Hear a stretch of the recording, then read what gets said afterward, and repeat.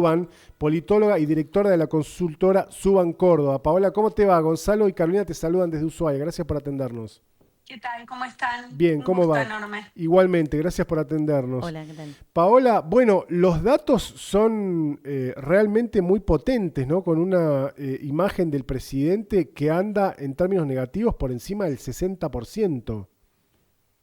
Sí, hay una caída en la consideración pública con respecto a la gestión de gobierno que se viene registrando como una tendencia ya, ¿no? Ujú. Lo venimos midiendo por lo menos desde diciembre del año pasado. En estos 4 meses ha caído 15 puntos aproximadamente. Y se ha negativizado mucho porque hay una diferencia de 30 puntos por lo menos entre la positiva y la negativa. Claro. Ah, mira. Una de las preguntas, o tal vez la primera que aparece en el informe, tiene que ver con si en una eventual reelección votarían por Javier Milei. El 60,7% dice que no. Eso, obligadamente uno tiene que pensar que ahí hay en esa respuesta incluidos, vamos a ponerlo sencillamente, votantes de otras propuestas en las últimas elecciones, votantes de Massa, votantes de Bregman, no sé, etcétera, pero también votantes del propio Javier Milei. Sí, sí, tenemos en cuenta que eh, el presidente conserva su núcleo duro del Claro, 30%, ¿verdad? Lo que que lo es la que lo votó votó, claro, en la primera vuelta. claro. Exacto. Eh, y aquellos votantes que lo votaron o que apostaron a esa opción en la segunda vuelta están realmente insatisfechos, Decepción. buscando otras alternativas, muy desconformes con el rumbo económico sobre todo. A mí me parece que el, el motivo de mayor peso tiene que ver con la situación económica y con el deterioro del día a día de los argentinos, ¿no? Porque el Ujú. presidente argumenta que la macro ha mejorado, que hay sectores de la economía que han crecido, pero bueno, eso no se está traduciendo en la calidad de vida de la gente. Y los terceros años de gestión son años bisagra. El primer año siempre es un año de luna de miel, le decimos, ¿no? El Claro. segundo año hay que llegar a las elecciones de medio término. Y el tercer año, después de que la gente apostó en el primer turno electoral, le dio un voto de confianza en las elecciones de medio término, bueno, el tercer año exige una mejora en la situación económica, en la Claro. calidad de vida. Y eso es lo que no se está registrando. Claro. Y si a eso se agrega los hechos de corrupción, también eso, digamos, produce un agravante, es decir, la estoy pasando mal y encima vos tenés un jefe de gabinete que anda pagándose pasaje o viajando a Uruguay o comprándose departamentos, ¿eso influye?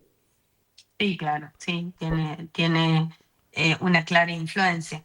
Me parece que los hechos de corrupción no son los determinantes, pero sí suman a este cóctel o a esta tormenta perfecta que empieza a armarse cuando la situación económica aprieta y mucho. Ujú. Fíjate que cuando preguntamos cuáles son las principales preocupaciones, eh, en el top 5 están, en primer lugar, el endeudamiento de las familias. Sí, En segundo lugar, la inflación, que es uno de los estandartes del presidente que venía a domar la inflación. En tercer lugar, la pérdida del poder adquisitivo. En cuarto lugar, la corrupción. Y en quinto lugar, el desempleo. ok, Es decir, que de todos los temas que preocupan a los argentinos, más del 70% tienen que ver con indicadores económicos y con temas de corrupción, por supuesto, que vienen a completar de alguna manera la sensación de insatisfacción o de descontento con cómo va el rumbo del país y de la economía y de la política del gobierno nacional. claro. O sea, Paola, estamos hablando de Paola Suban, politóloga y directora de la consultora Suban Córdoba. O sea que aquellos analistas o incluso periodistas, hoy pasábamos un fragmento del arranque de ayer de la cornisa de Luis Majul, en la que plantea que el presidente tiene que pegar un volantazo a lo que está ocurriendo, pero haciendo referencia particularmente a que Adorni, digamos, el caso Adorni se lo estaría llevando puesto. Tal vez no es tan así, y lo que tendrían que revisar es más la política económica y la realidad del día a día de los argentinos. Me parece que el caso Adorni le ha producido un daño reputacional, particularmente a Adorni, en primer término, Sí, que no es menor, porque era uno de los, o es uno de los generales de esta batalla cultural eh, que plantea el presidente, pero además era uno de los candidateables como jefe de gobierno de la ciudad de Buenos Aires. Y ese daño reputacional que parece continuar con el tiempo, porque esto parece ya una novela venezolana. Todos los días tenemos un capítulo nuevo, con sí, personajes nuevos, con la escribana, con las jubiladas, con etcétera, ¿no? Parece un tema de nunca acabar y pareciera que el gobierno ha perdido la capacidad de instalar agenda y de poder correr de eje informativo este tema de Adorni para poder instalar otras cuestiones. Em, y el presidente además lo abrazó a Adorni en lugar de correrlo de la escena, de pedirle la renuncia para que esto se aclare y liberarse un poco de esa exposición pública, apostó a que era un tema que en pocos días iba a desaparecer de los medios y que todo iba a continuar como si nada hubiera pasado. Y la realidad es que esto no ha sido así. Entonces me parece que el daño ya está hecho, que el daño reputacional de Adorni se traslada de alguna manera también al gobierno nacional, cuando debiera ser al revés, ¿no? Los ministros, los jefes de gabinete son fusibles en realidad del presidente, que concentran la negatividad y se la llevan cuando se van del cargo para de claro. alguna manera, con la renovación de otro jefe de gabinete, de otro ministro, oxigenar el gobierno. Bueno, esto no está sucediendo por decisión del propio Milei de sostenerlo en el cargo. Así que veremos cómo termina decantando esta cuestión.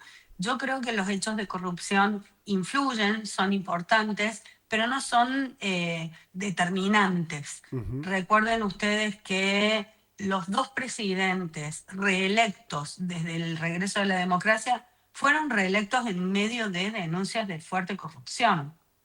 Sí, El y caso de Menem y el caso de Cristina Fernández. La diferencia que hicieron para lograr esa reelección tenía que ver con poder mejorarles la calidad de vida a la gente o al menos incentivar el consumo, ¿no? ujú. Y entonces ahí los indicadores económicos me parece que son muy determinantes. Claro. Ahora, bueno, Paola, el año pasado la imagen negativa de Milei también era superior a la positiva, aunque la positiva rondaba aproximadamente el 40%, y de hecho fue eso lo que terminó sacando en promedio la libertad de avanza en las elecciones. Hoy, por lo menos en el trabajo que hicieron ustedes, conservaría un 30% de intención de voto a la reelección y un 60% que no, lo cual lo hace, por supuesto, muy competitivo, y esto es una foto del momento, puede cambiar, sabemos. Ahora bien, mal haría la oposición o un candidato en particular de la oposición en creer que ese 60 es de él. Digo, que haya descontento con mi ley no se traduce necesariamente en que haya alguien que esté acaparando esa atención, ¿verdad? Sí, por supuesto. Por supuesto. Digamos que el presidente conserva un piso. Todavía no está claro cuál sería su techo si una eventual elección al presidente fuera hoy. Lo cierto es que no le alcanza al presidente para ganar en primera vuelta. Ujú. Del otro lado, la oposición, por supuesto, no está unificada, por lo tanto, no puede de ninguna manera capitalizar ese 60%. Hay que ver cómo se arma la oposición de cara a un posible escenario electoral. Todavía no tenemos nombres. Lo único que sabemos o que podemos intuir eventualmente que del lado de La Libertad Avanza, el único candidato posible para presentarse a una elección o a una reelección sería Javier Milei. No hay otro. Lo que no sabemos es, del otro lado, de la oposición, cuáles pueden ser los nombres definitivos. Ujú. Lo que sí podemos decir es que va a ser una elección tanto del lado del oficialismo como de la oposición de alianzas. Ninguno de los dirigentes o de los candidatos que pueden estar dando vueltas los nombres hoy son dirigentes o candidatos que puedan ganar en una primera vuelta. Ok. Con lo cual van a necesitar aliarse con otros partidos, con gobernadores, con partidos más chicos o más grandes, pero todo va a ser cuestión de cómo se arma la ingeniería electoral. Y según los encuestados, ¿hay asentimiento para que haya justamente una dinámica, una lógica de frentes electorales? Sí, por supuesto, por supuesto. Y sobre todo porque hay un, una, bueno, los politólogos le llamamos desafección eh, democrática o recesión democrática, ¿no? Este descontento que hay con los partidos políticos en general que viene desde hace varios años. Entonces, es terreno fértil para que aparezcan outsiders, para que aparezcan cisnes negros, para que los partidos tengan que hacer alianzas. Eh, no contribuye, a mi criterio, este proyecto de eliminar las PASO, que es un mecanismo que tiene muy mala prensa porque siempre se lo tildó de ser una encuesta muy cara para la ciudadanía, pero que en definitiva era un mecanismo que permitía la democratización interna de los partidos políticos eh, y permitía también la transparencia en las elecciones internas. Bueno, todo contribuye a que los partidos políticos sean esquemas o estructuras muy fragmentadas, muy debilitadas y que tengan que apelar a alianzas, por supuesto, entre varios partidos para poder llegar y ser competitivos en una elección. Bien, ahora, bueno, son muchos factores, ¿no? Los que vienen influyendo y los que vienen también dando este número, que no sé si es un número que alarma o no. Es algo que sabes que repercute o no dentro de lo que es la clase política hoy. ¿Es así? Sí, sí, por ¿Se prenden supuesto que alarmas? alarma. Por supuesto que alarma. Eh, Creo que la Argentina tiene mecanismos de mecanismos democráticos para poder sortear estas situaciones, ¿no? Lo hemos visto desde el regreso de la democracia, hemos atravesado sucesivas crisis políticas, económicas, y siempre se ha salido a través de mecanismos democráticos. Creo que, y esto me parece que se está dando porque hay reuniones, hay conversaciones, hay charlas, hay negociaciones para que la oposición plantee alternativas en el próximo turno electoral. Así que veremos cómo es bastante, a ver, es pronto y falta mucho Tal cual. para el escenario electoral. Así que veremos seguramente después del Mundial cómo empieza a delinearse este escenario preelectoral y cómo empiezan a armarse estas ingenierías electorales de cara al 2027. Tal cual. Y otra pregunta tiene que ver con, por ahí ustedes tuvieron que cambiar un poco la metodología a partir de que, por ejemplo, este gobierno vino específicamente a decir que iba a combatir la corrupción. Entonces, por ahí, cuando veíamos los primeros ejes en que se apoyaba a este gobierno, bueno, se hablaba mucho de que se necesitaba sacar a los antiguos por corruptos o que necesitaba haber un cambio radical en las formas de gobernar. Y ahora pareciera que eso ya no es lo mismo que se pregunta. De hecho, corrupción está en números antes que seguridad. O sea, la gente lo pone como prioridad. O sea, necesita ver que no haya corrupción antes que seguridad, y seguridad era siempre lo primero. Seguridad y obviamente salario, ¿no? Sí, sí, sí. Bueno, a ver, el tema corrupción siempre preocupó. Ujú. Siempre estaba en el top 10 de las preocupaciones. Lo que pasa es que va cambiando de puesto, ¿no? Depende del contexto, depende de la agenda informativa, depende de cuánto el gobierno tiene capacidad de instalar otros temas. Em, Claro, pero bueno, en este último mes, en el que, como decíamos y como todos sabemos, apareció el tema de Adorni muy fuertemente, se le suman además el tema de Andis, se le suma el tema de Libra. Empiezan a aparecer como ya no es un caso aislado como el de Libra, que tenía aspectos técnicos que no todos terminábamos de comprender, porque claro. el mundo de las cripto no era como muy No es accesible. accesible a todo el Claro, mundo. Entonces ya se empiezan a sumar, ¿no? Si además de eso tenemos que, como decía, la situación económica no arranca y se complica y hay microconflictos, el transporte, las frecuencias de los colectivos, los transportistas que están al costado de la ruta hace días en reclamo por el precio del gasoil. Sí.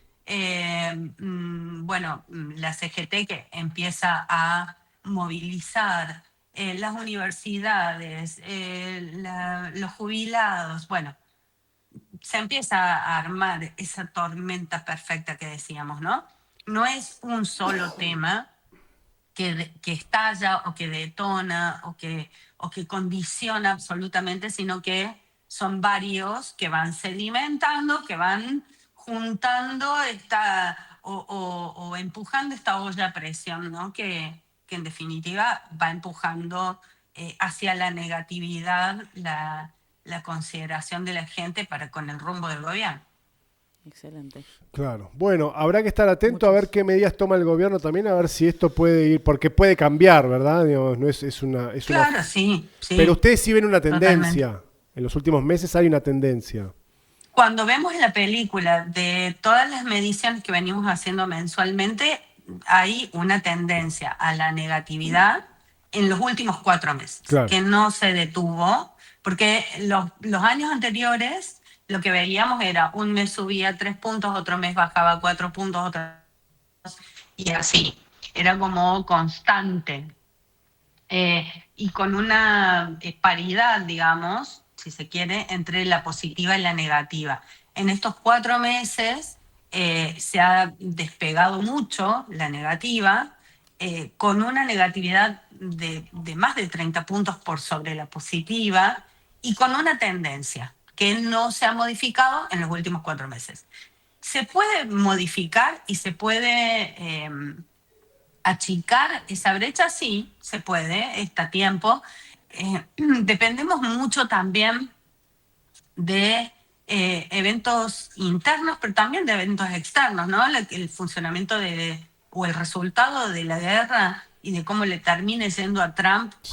con este tema es bien definitorio, ¿no? Para la Argentina, no solo por el precio final del combustible, que siempre cuando sabemos que cuando aumenta la nafta nos aumenta todo, sino por el apoyo de Trump a Milley. Milley es una especie de ejemplo de una corriente ideológica muy de derecha que ha venido a ser el factor de contagio para otras democracias en Latinoamérica. Tenemos el ejemplo de Chile y de Sí. algunos otros presidentes en Latinoamérica. Bueno, si ese efecto contagio empieza eh, a derrumbarse con una derrota de Trump, por ejemplo, en las elecciones de medio término que tiene ahora en noviembre, si además tenemos problemas con los costos de los combustibles, y perdemos el apoyo del FMI, de los organismos internacionales de crédito. Pero además pierde Bolsonaro en Brasil y, bueno, hay toda una corriente ideológica que pierde fuerza en la región y eso también le complica una eventual reelección a Milei. Además, y por supuesto, de mayor fuerza el factor interno, ¿no? Claro. Entonces hay muchos factores que todavía tienen que acomodarse para saber si esta caída en la consideración pública para Milei se mantiene o se puede modificar, para bien o para mal. Claro. Claro. Paola, gracias por tu tiempo, muy amable en atendernos. No, por favor, a ustedes, muchas gracias. Que estés Buen muy bien. lunes. Gracias. Hasta luego igualmente. Paola Suban es politóloga, directora de la consultora